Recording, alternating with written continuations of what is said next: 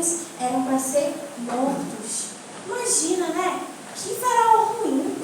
Mandar matar criança, bebezinho. Então, sabe o que a mãe dele fez? A mãe dele pegou, preparou um cesto e colocou ele dentro do cesto. Então, ela pegou, colocou ele no rio e ele foi indo dentro do cesto, dentro do rio. Imagine como que foi essa situação, né? Porque dentro do rio tem bicho, tem jacaré, tem cobra. Então, imagina como foi que ele ficou lá dentro sozinho. Tem tubarão. Então, imagina como foi que ele ficou lá dentro. Mas a sua irmã, que era a sua irmã mais velha, a Miriam, foi acompanhando ele. E ele foi descendo o rio, ele foi embora. E ela foi acompanhando para ver para onde ele ia. Então, a filha do faraó estava se banhando na beira do rio. E ela viu de longe aquela cesta. E ela falou, meu Deus, quem está vindo ali? Então ela foi, se aproximou. E quando ela chegou lá, ela viu o bebê Moisés dentro da cesta. E ela ficou olhando. E ela falou, eu não posso deixar esse bebê aqui dentro. Então ela pegou ele e ficou com essa criança. E a Miriam, vendo tudo aquilo, ela chegou assim, olha, eu conheço alguém que pode cuidar dele, que pode dar de mamar e cuidar dele até ele ficar maiorzinho. Então, o que ela fez? Ela entregou o bebê para Miriam levar ele para ser cuidado. E ela levou para sua mãe. E ela cuidou, a mãe de Moisés cuidou dele, deu de comer para ele, deu a mama até ele ficar maiorzinho e foi devolvido para a filha de Faraó. Então, crianças, com essa historinha, conseguimos perceber o cuidado e o amor de Deus. Amém. Que a gente, por mais que é uma história que a gente fica, coitado de Moisés, né? Poderia ter morrido, poderia ter sido afogado, mas Deus foi e cuidou dele. E mandou a sua irmãzinha também para cuidar dele lá. Então, a gente consegue perceber o amor e o cuidado dele. E até hoje, ele cuida de nós, nos protege, amém, protege nossa família, nossos amigos. Então, a gente tem que ser grato e agradecer sempre a ele, né? Amém. Então, vamos ficar todos em pé. Essa oração. Papai do céu, muito obrigado por mais um sábado que estamos na nossa da casa. Que o Senhor possa nos abençoar. Obrigado pelo teu cuidado e o teu amor, Senhor. Nos proteja e nos guarde todos os dias. Em nome de Jesus. Amém. Amém.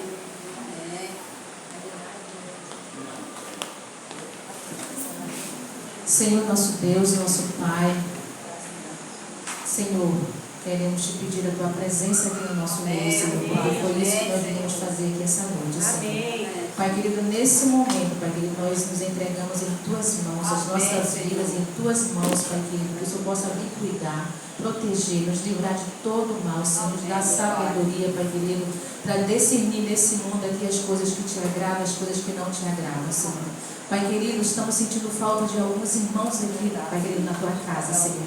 Não sabemos o motivo, mas o Senhor sabe, o Senhor sonda cada coração, Senhor. E nesse momento, Pai, envia os teus anjos a cada lar de pessoas que não estão aqui, Senhor. Que eles possam sentir a tua presença nesse momento, Senhor. Motivando, dando força, ânimo, Senhor, para que amanhã eles possam sentir desejo de estar aqui na tua presença, te buscando, te glorificando, Senhor. Pai querido, sabemos que nós estamos na reta final, Senhor, deste mundo, Senhor. E nós sabemos, Pai querido, que o inimigo trabalha arduamente, Senhor, para desviar, para tirar, para esfriar os teus filhos, Senhor, de estar na tua presença, te buscando, Senhor. Pai querido, por favor, não permita que isso venha acontecer na vida de teus filhos, Pai querido. Segura nas mãos de cada um deles, segura na nossa também, Senhor, porque não é fácil essa caminhada. Mas, por favor, nos ajuda, Pai querido, como o Senhor cuidou daquele povo no deserto. Cuida dos teus filhos aqui também, Senhor. Amém. Nos ajuda a confiar cada dia mais em Ti, Senhor, obedecer cumprir os teus desígnios, os teus mandamentos, Senhor, para que as tuas bênçãos possam recair sobre a nossa vida, Senhor. Para que nós possamos estar de pé, Senhor, diante das provações que ainda iremos enfrentar neste mundo, Senhor. Abençoe cada família aqui representada. Abençoe o pregador dessa noite. Usa ele, Senhor, nesse momento. Abra a nossa mente, o nosso coração, Senhor, para que nós possamos compreender e entender o que o Senhor quer falar conosco. Amém. Use a pessoa também que irá te louvar, Senhor. Amém. Que o louvor possa vir, Pai querido, alegrar o nosso coração. Que possa subir o teu trono de graça também alegrar o teu coração, Senhor. Amém. Nos usa, Senhor, para a tua obra, para o teu trabalho, Senhor. Essas bênçãos eu te peço por Jesus. Amém, Senhor.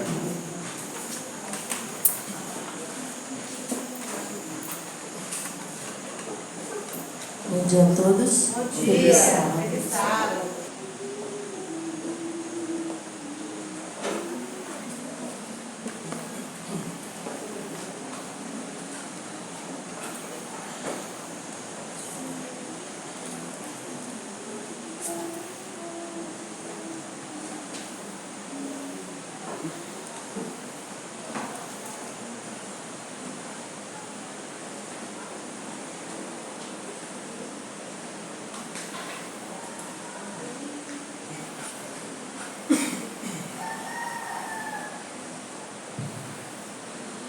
Bom dia a todos que aqui estão na presença do Senhor. Amém. Glória a Deus.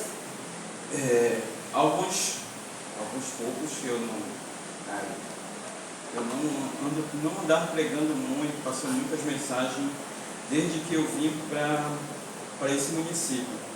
Mas quem me conhece, principalmente na época em que eu morava em Salvaterra, Pérola de Major, e principalmente Marituba, quando eu colocava alguns livros, aqui mais de 2, normalmente eles esperavam uma pregação bastante longa. Mas na verdade não é importante o tamanho, a extensão da mensagem, mas o importante é que ela seja tocante. Amém. Que ela vá até o mais profundo no lugar da nossa alma, do nosso destino.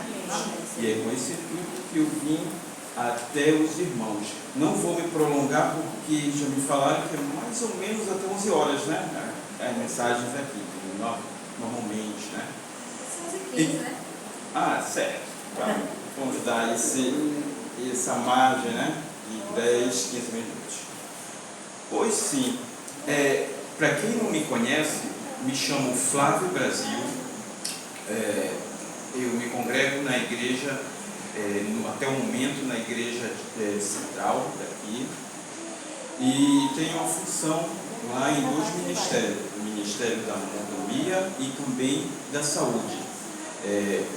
Contando os pastores, são dois ministérios bastante importantes, e com toda certeza todo mundo sabe que, principalmente falando em mordomia, a mordomia inclui tantas coisas. Nós somos mordomos de tudo, na verdade. Deus nos colocou como mordomos de tudo para o nosso desenvolvimento nesse mundo. E não é diferente, como a maioria das mensagens da mordomia, como já estamos acostumados, é falar sobre a família. O tema de hoje é família. Só que a família, vamos começar a falar na família até o início, como se portava, como se portou e como se porta hoje a família. E por que é tão importante, assim como a igreja, todas as igrejas falam, principalmente nessa época de ecumenismo, né? Muita gente fala. A família sempre foi o tema principal. Por que será? A nossa mensagem está baseada em diversos livros da Bíblia, mas vamos nos atentar a João capítulo 2, o versículo 1. Eu pergunto ao sonoplasta se tem a Bíblia pode ser projetada? Beleza. Mas antes de nós entrarmos nos textos bíblicos, vocês podem procurar, mas antes de entrarmos na leitura propriamente dita do texto, eu peço aos irmãos que possamos curvar nossos fontes para que possamos fazer a primeira oração sobre a mensagem de hoje. Oremos. Santíssimo Deus, Pai Criador do céu e da terra, graças te damos, Senhor, por estarmos aqui em tua presença. Amém. Iremos abrir a tua palavra para, Senhor, dela buscar o teu conhecimento, tua sabedoria, Senhor, através da tua palavra. Esteja conosco, esteja com essa mensagem e principalmente derrame o seu Espírito sobre as pessoas que irão ouvir. Amém. A minha voz seja usada, mas que a palavra seja a tua. Amém. Agradecemos em nome de Jesus. Amém. João, todos acharam? Diga amém. Amém. Quem não achou, procure como eu. Vamos lá.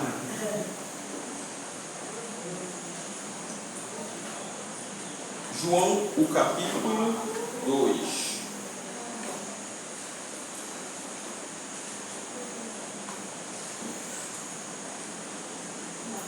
João Evangelista. O casamento e a família sempre estiveram sob ataque. A maior crise do mundo hoje não é, por incrível que pareça, pelo que o mundo apresenta, o que nós vemos hoje, principalmente, a pior crise não é política e também não é a crise econômica. Tá certo? Que muitos países, pessoas de países como Venezuela ou a Argentina, talvez não concorde com esta frase. No entanto, é a mais pura verdade.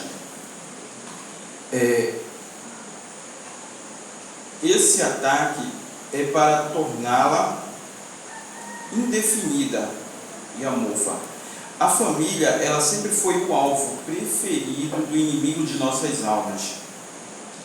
Mas Deus seja louvado. A família também é o alvo de Cristo Jesus. Para a glória de Deus, a família também é o alvo de Deus, de Cristo, sobre todas as famílias da terra. Ele é único e também a vantagem é que ele é mais poderoso.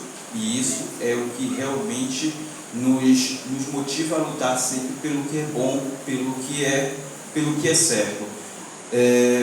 Vamos ver quais os problemas que a família enfrenta. João, o capítulo 2, o versículo, vamos nos debruçar sobre o versículo 1 ao versículo 4. Capítulo 2, 1 ao 4.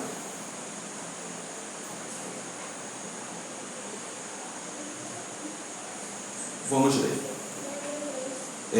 No terceiro dia, houve um grande casamento na cidade de Caná, na Galileia.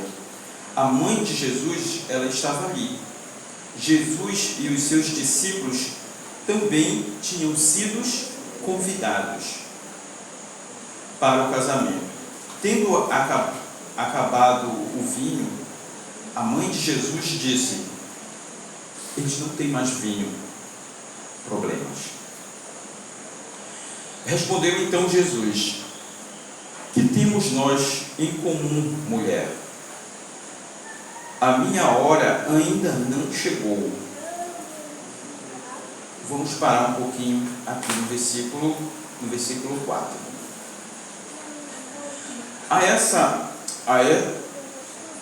Essa é a história de um milagre, do milagre no casamento. Antes de realizar qualquer outro milagre, Jesus ele salvou essa festa de casamento. Por quê? Qual o motivo?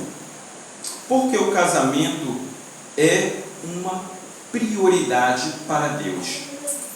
Cristo poderia ter iniciado a sua vida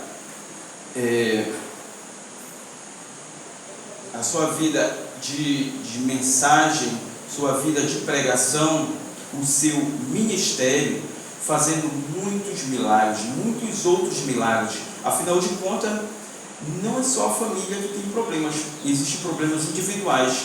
Com toda certeza ele já percebia que tinha pessoas cegas, pessoas sem dinheiro, mendigando, mas ele escolheu um casamento, escolheu uma festa para iniciar o seu ministério aqui neste planeta, nesta terra.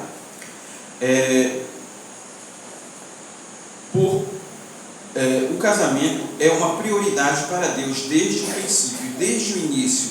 Lá em Gênesis, o capítulo 1, mais ou menos até o versículo 3, vemos que depois da criação de tudo, Deus visitava o primeiro casal. É interessante notar, lembrar que depois da criação, Deus não abandonou o casal, o recém-casal colocado ali para manter tudo aquilo bonito que foi feito exatamente para eles, para a família, para a primeira família. Deus não deixou sozinho. Olha, fica aí nesse belo jardim e não me perturbe mais, porque aí tem tudo que você precisa para ser feliz. Só mantém. Não foi isso que Deus fez. Na virada do sétimo dia de todas as semanas, as Escrituras Sagradas diz que aquele casal se reunia para falar com o Criador. Agora imagine você, mulher, agora como Eva, e você, homem, como Adão. O dia era de muito trabalho, com certeza era. Tinha nome de animais para pôr, plantas, muitas coisas foram descobertas e ainda estão até hoje. Agora imagine no início, mas depois de tanto trabalho, 6 dias trabalhando, assim como foi a criação do próprio Deus, no final do dia, como diz a Bíblia, na virada do dia, ou seja, ao pôr do sol, tinha um encontro especial, um encontro com o Pai, com o Criador de tudo aquilo. Agora imagine você, a conversa que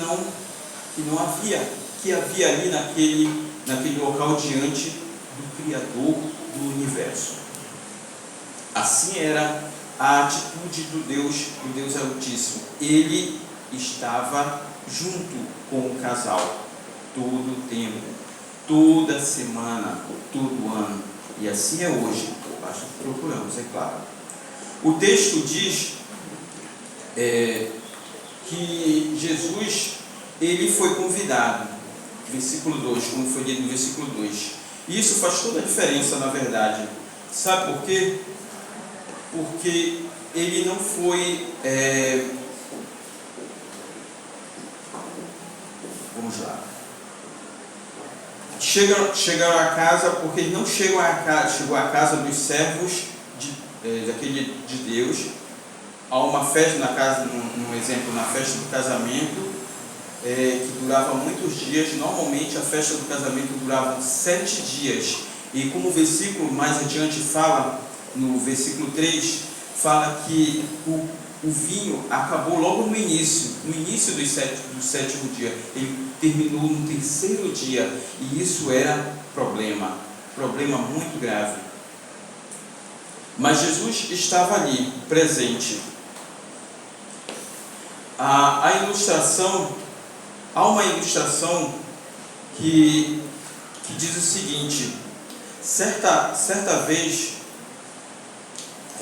2 moças estavam reunidas num local para conversar, e uma delas disse assim: e o seu noivado, como vai?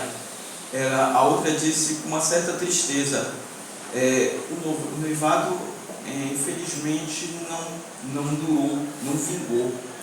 A outra admirada ao lembrar da moça e de tudo o que ela falava sobre aquele futuro casamento, né, aqueles preparos, tudo que ela tinha planejado, disse, mas e a aliança? Aquela aliança linda? Aí a moça disse, bom, eu vi que o nosso namoro tinha certos defeitos, havia defeitos. No entanto, a aliança não. A aliança é perfeita e eu ainda estou com ela até agora. É por isso que vocês estão vendo na minha mão. Interessante, parece que as alianças de metal, ela dura muito mais do que os compromissos com o coração. O vinho, ele acaba, e isso com certeza teve impacto naquela festa. Assim como tirar a aliança do dedo ou não tem impacto a visão de quem está olhando a sua mão. Por exemplo, muita gente com isso buscam muitas alternativas. Um dos exemplos, por exemplo, é o sexo distorcido. A fé cristã, ela tem uma visão muito clara e muito respeitosa com respeito ao sexo. O único contexto de relação sexual, o único contexto de colocar, de adicionar o sexo a um relacionamento antes do casamento, não existe, na verdade, porque isto e sempre foi algo a ser adicionado após o casamento. Mas querem nos convencer de que o sexo é reservado a todos, indiscriminadamente, o que é ainda pior. Dizem que a fé cristã, ela é algo que reprime, algo tão, de acordo com a sociedade, algo tão bom que é o sexo.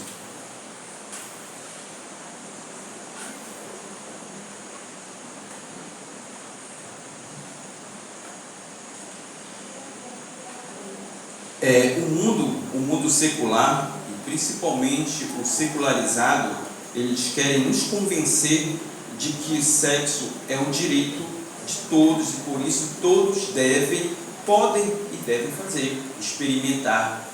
Há quem diga, alguns dizem, que é como se provar uma fruta. Se eu der a primeira mordida e ela for azeda, eu não vou mais querer. Se for doce, nossa, claro que eu vou querer mais e mais. São palavras que, na verdade, não são bíblicas e tampouco são de pessoas que leram a palavra de Deus.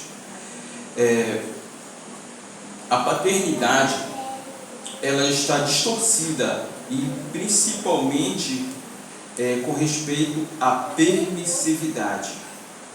Tudo é permitido, inclusive eu ser pai muitas das vezes, principalmente em interiores, até antes dos 15 anos.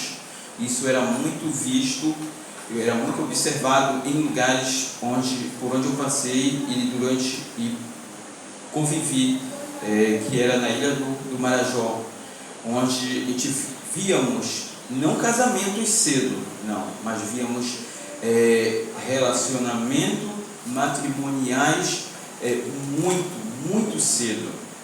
Crianças que abandonavam seus brinquedos, suas bonecas, os seus carrinhos, para homens carregar um carrinho com o seu bebê, e mulheres para balançar no berço não as suas bonequinhas, mas sim uma criança que deveria, assim como ela, deveria estar aprendendo ainda sobre a vida e suas dificuldades. A figura do pai, ela foi substituída por uma imagem que o mundo chama de amigo, ou o amigo mais velho, tolo e irresponsável, um menino em níveis de filho. A maturidade, antes vista como uma honra e um privilégio, agora é diferentemente vista como um fardo. Quando um casal agora, em vez de criança, pai e mãe, ele vai sentir o fardo de que é carregar a responsabilidade de um pai, de uma mãe que já está estruturada economicamente e psicologicamente. Ou seja, ainda não era a hora. Mas a sociedade assim disse, foi amor, com a desculpa de que com amor tudo é permitido. A nossa sociedade tem se afundado cada vez mais em doutrinas pagãs. O amor, ele foi distorcido e tornou-se um ídolo egoísta e símbolo de egoísmo. Muita gente está confundindo o amor com lascívia, está confundindo o amor com inverdades. Frases como Deus é amor para o amor é Deus. Perceba a diferença. Deus é amor. Esta é a frase. Mas o que está sendo usado é o amor é Deus. E se o amor é Deus, basta expressar o amor e tudo pode, tudo é permitido. Mas está correto? É claro que não. Existe o risco de colocarmos o amor no centro da vida, transformá-lo em uma entidade, se esquecermos da real fonte, que é Deus. Porém, Jesus avisou que o verdadeiro amor, infelizmente, se esfriaria. O mundo em que Jesus nasceu, ele, assim como é hoje, como vemos hoje, sempre foi pervertido. Sempre foi um mundo de... como se fosse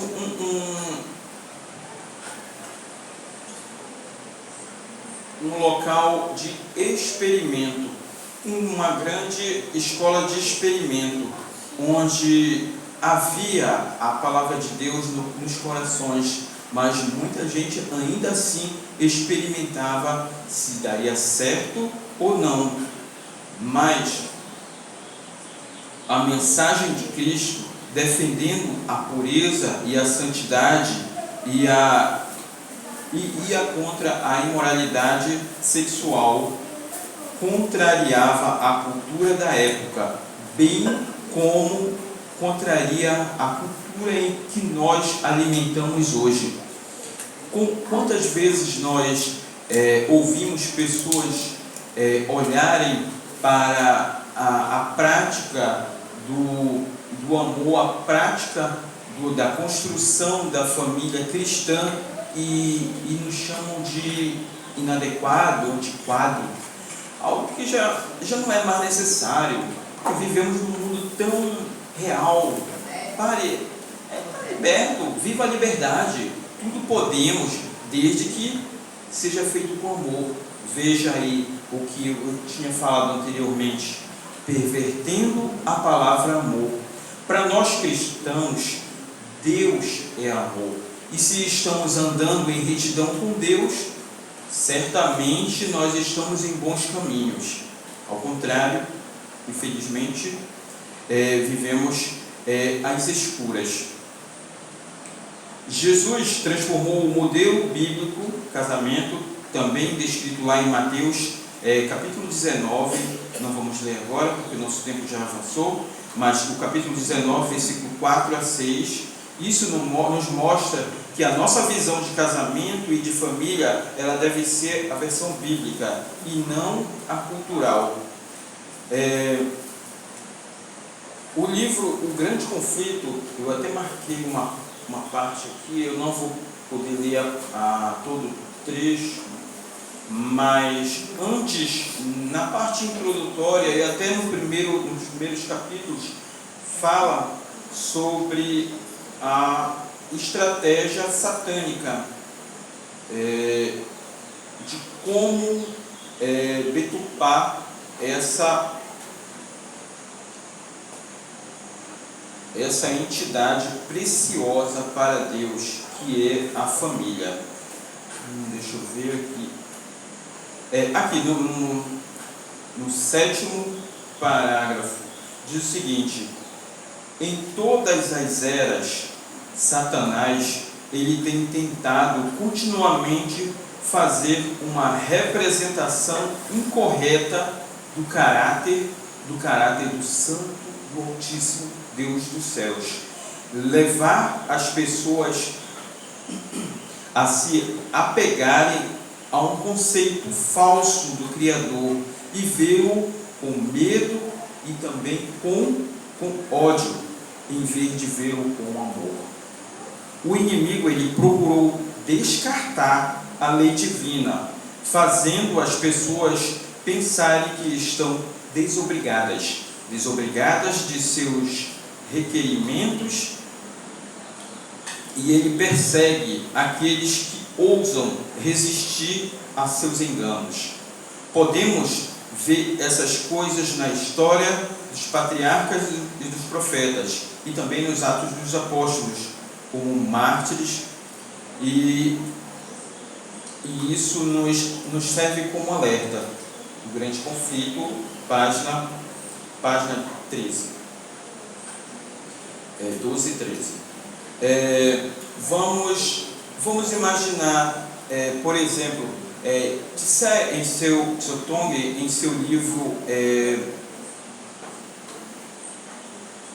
deixa eu ver se eu lembro aqui, não marquei, mas em seu livro A Arte da Guerra, ele fala o seguinte: para atacar qualquer sociedade bem estruturada, que é o caso da sociedade, da família como uma sociedade inicial base, é conhecer o inimigo, conhecer a estratégia e atacar.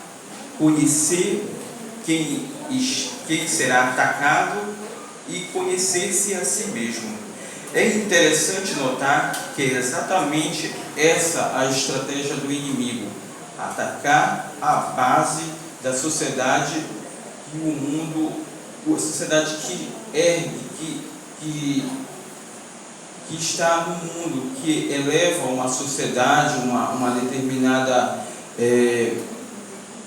durante todas as eras, as nações ou não, que é a família. A família é dada como a base da sociedade, e atacá-la é atacar o inimigo. No caso, eu não posso, Satanás, por sua vez, ele diz: eu não posso atacar Deus.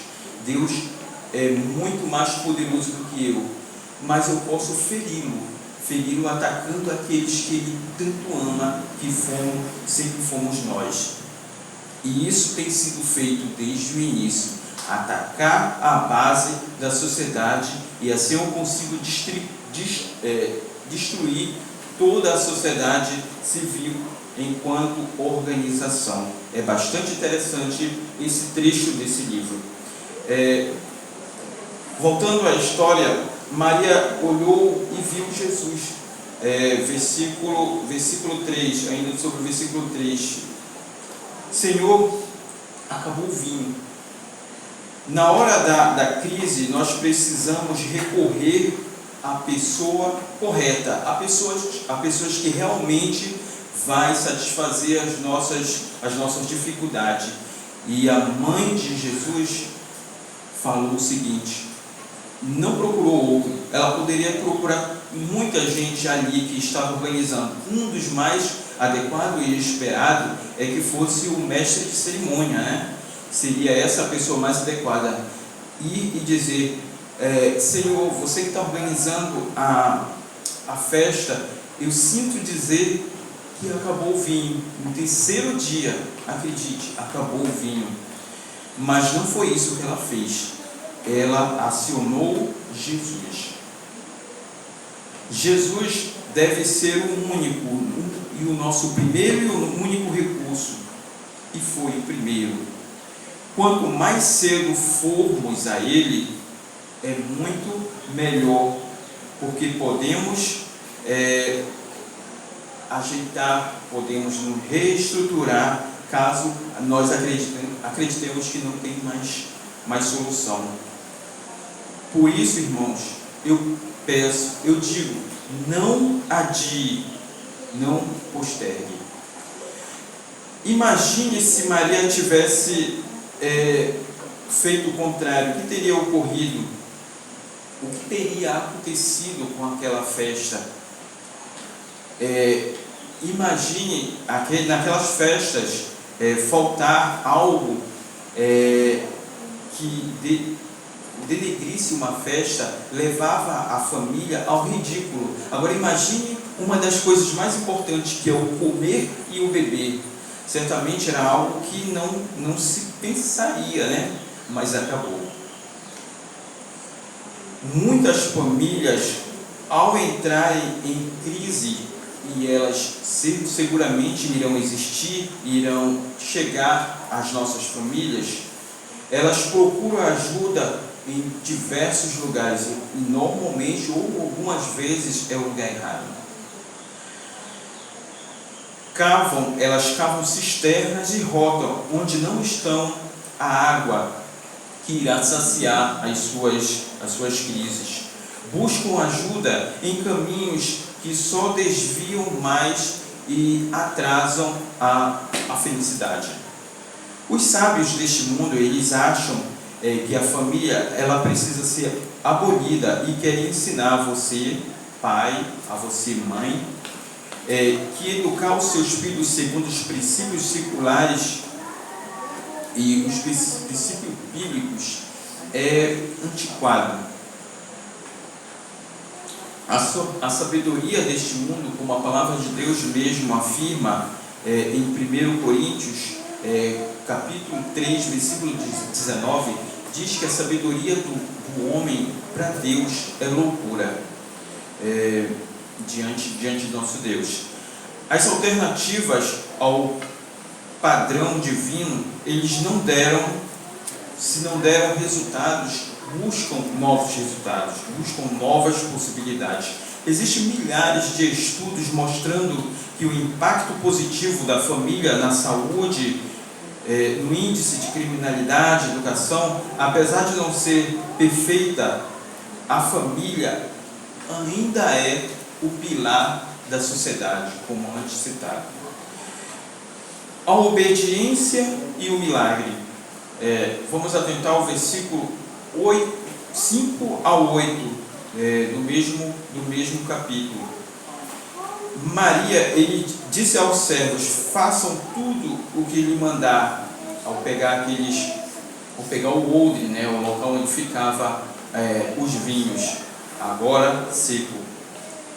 A humanidade, ela distorceu o conceito de casamento, oscilando entre extremos. De um lado, os defensores da promiscuidade, e do outro, aqueles que proíbem definitivamente o sexo. Percebam, lembre-se que existem os dois extremos. Um que diz que tudo é liberado, né? Pode tudo. E o outro extremo diz que sexo deve ser evitado ao extremo. Ou seja, nunca deve haver união entre homem e mulher para que possa estar mais junto a Deus, que é chamado, a igreja mãe chama de celibatismo, né? Que é uma prática bem comum nos sacerdotes da igreja romana. O diabo, ele está sempre tentando nos induzir a um dos extremos, tanto endeusar quanto também difamar o sexo. São atitudes, todas essas atitudes, elas são descritas e são consideradas não cristãs, ou ou melhor usando da palavra, são atitudes pagãs. Sim, parece meio duro, mas são atitudes, são pensamentos pagãos, tanto um extremo quanto ao outro. Não é sábio tentar corrigir um erro adquirindo ou absorvendo outro erro. O caminho mais seguro é e sempre foi o caminho da obediência. Esse é o melhor caminho. Uma outra consequência sobre essa desobediência vemos em nossas crianças, quando elas tornam-se descartáveis. A Bíblia ela descreve os filhos como uma bênção. Os filhos sempre foi considerado uma bênção. Não vamos abrir agora, mas isso é descrito em Salmos, capítulo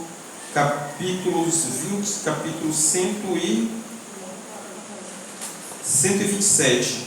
127 e o 128 descreve como uma bênção.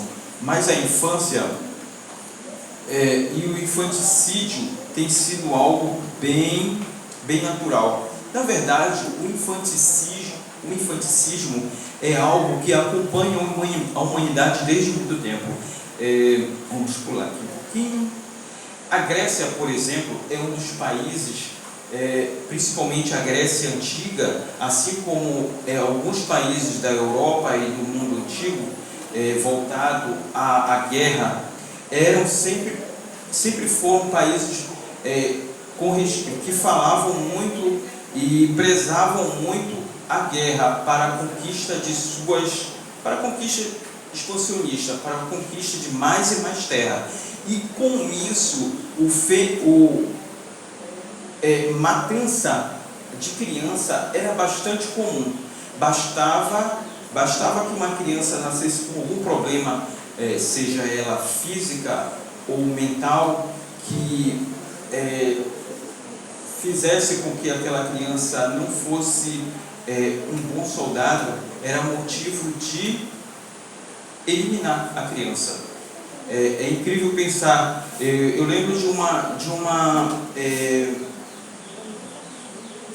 figura, não figuras de linguagem, mas algo bastante dolorido ao pensar como era que realmente acontecia. O professor de história falava que existia um monte, no caso da Esparta ou Atenas, que quando a criança nascia com algum defeito físico, antes mesmo de imaginar que ela tivesse problema neurológico, elas pegavam essa criança e jogavam daquele morro, destruindo a possibilidade daquela criança ter alguém que a amasse.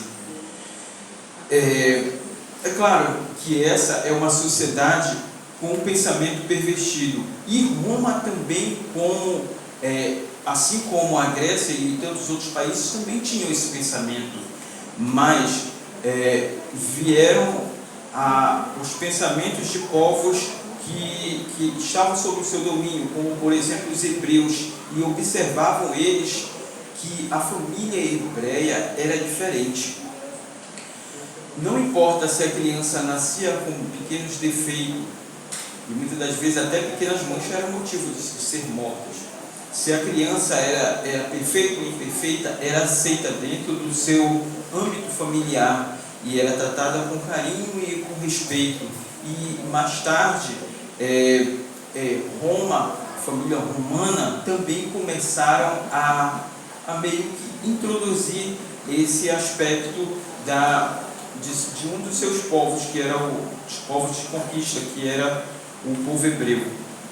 A fé cristã, ela preservou e ajudou a preservar a família, a unidade como base da sociedade. Os cristãos, eles restauraram a dignidade do casamento dentro do próprio Império Romano. E uma das razões para o declínio não foi isso, mas foi a diluição da família em outros aspectos. A nação ela é um reflexo, toda a nação é um reflexo do lar. Vivemos hoje em um país onde a família, principalmente vivíamos, onde a família era tema de muitas pregações e até mesmo de locais de explanações políticas. A família, o nome família estava envolvido. Hoje, estamos um pouquinho mais diferente que isso, né? Precisamos obedecer e fazer o que Jesus manda. Mesmo que isso vá contra a opinião, às vezes até contra a sua própria opinião, nós devemos acatar com obediência às instruções de Cristo. Os servos no casamento, lá em Canaã, eles poderiam ter discutido, ter questionado, mas eles obedeceram prontamente o que Jesus disse e encheram aquele odre de água. Versículo 7. E levaram até o mestre de cerimônia. E nós lembramos o que aconteceu.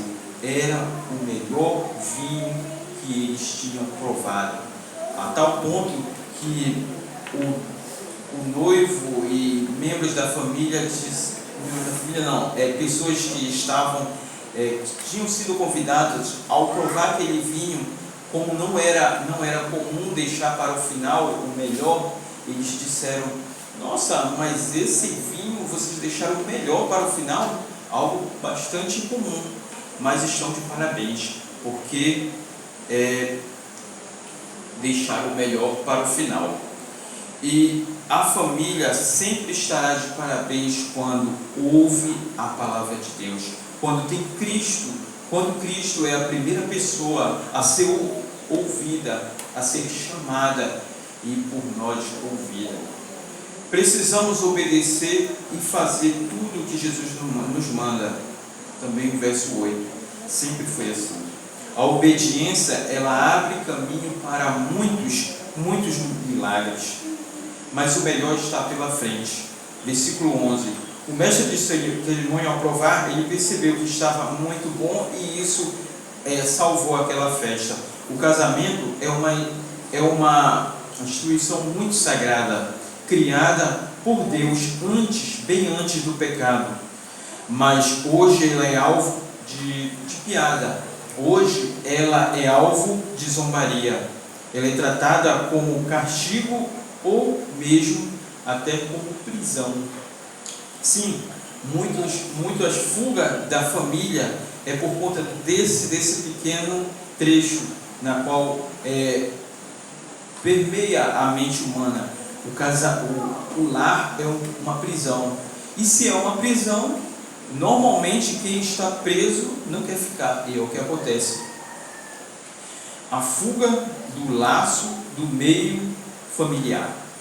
A presença de Jesus muda a família, mudou a minha família, mudou a sua família e muda a família do nosso país e do nosso mundo.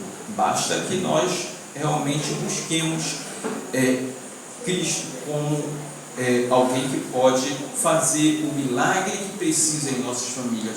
É bem certo que eu estou aqui com pessoas que têm problemas. Se não tivesse problemas, ou se não houvesse a possibilidade de ter problemas, não estaria nesse hospital, que é onde busca sermos melhor do que somos, ter o que nós não temos no mundo. Os princípios de Deus para o lar, eles são, primeiro, um compromisso com Jesus e depois um compromisso inquebrável uns com os outros. Irmãos, quando Deus anunciou o seu plano com Abraão, por exemplo, ele disse: em ti serão benditas todas as famílias da terra. Ele não disse que será bendita apenas a sua família, olhando para Abraão, mas falou: em ti serão benditas todas as famílias da terra. Amém por isso? Amém. Jesus, ele não se refere. Efésios, capítulo 2, versículo 19, como último apelo, a Bíblia identifica a igreja como a família da fé. Gálatas 6, versículo 10. A família de Deus, versículo 19 do capítulo 2 de Efésios, é a igreja. A igreja é a família dos regenerados para fazer parte da família celestial. Você precisa tomar uma decisão. Nem todo mundo é filho de Deus. Nós precisamos nos tornar filhos de Deus. Recebemos Jesus, crendo em seu nome e segundo ele, guiados pelo Santo Espírito. João capítulo 3, versículo 19. Enquanto filhos e filhas de Deus, nós estamos aqui para nos tornarmos, porque se não buscamos esse Deus, somos tão somente criaturas de Deus. Para que nós sejamos filhos e filhas de Deus e entrarmos realmente na família celestial, precisamos fazer como Maria inicialmente fez, tomar aquela atitude e ir com quem realmente resolve, e a Cristo Jesus, e sermos como aqueles servos que, mesmo não entendendo o motivo de trazer aqueles odres já vazios e encher de água, mas eles não se importavam, eles obedeceram, e o resultado foi um milagre. Você quer um milagre na sua família? Eu quero na minha. Então, aceite aquilo que você já aceitou, porque se você está aqui, é porque você, assim como os servos, ouviu a voz que disse: Jesus é o caminho, sempre foi e sempre será. Para finalizar essa mensagem, nós iremos entoar o hino em família. Foi achado o hino? Perfeito.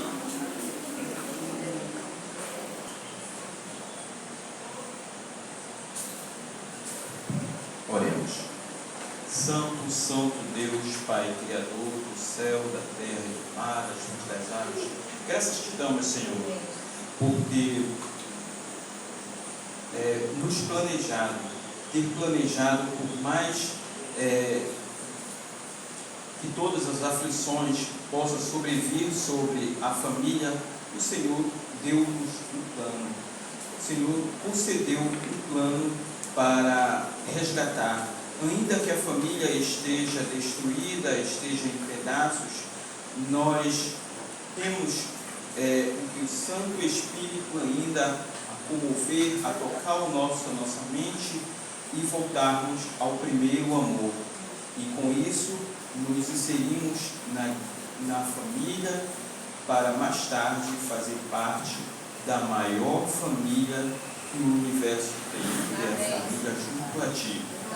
Senhor Deus, agradecemos a todos que aqui estiveram para se ouvir, para ouvir as Tuas palavras, ouvir o que a Tua palavra, a Santa Bíblia tem para nos orientar. Agradecemos por isso.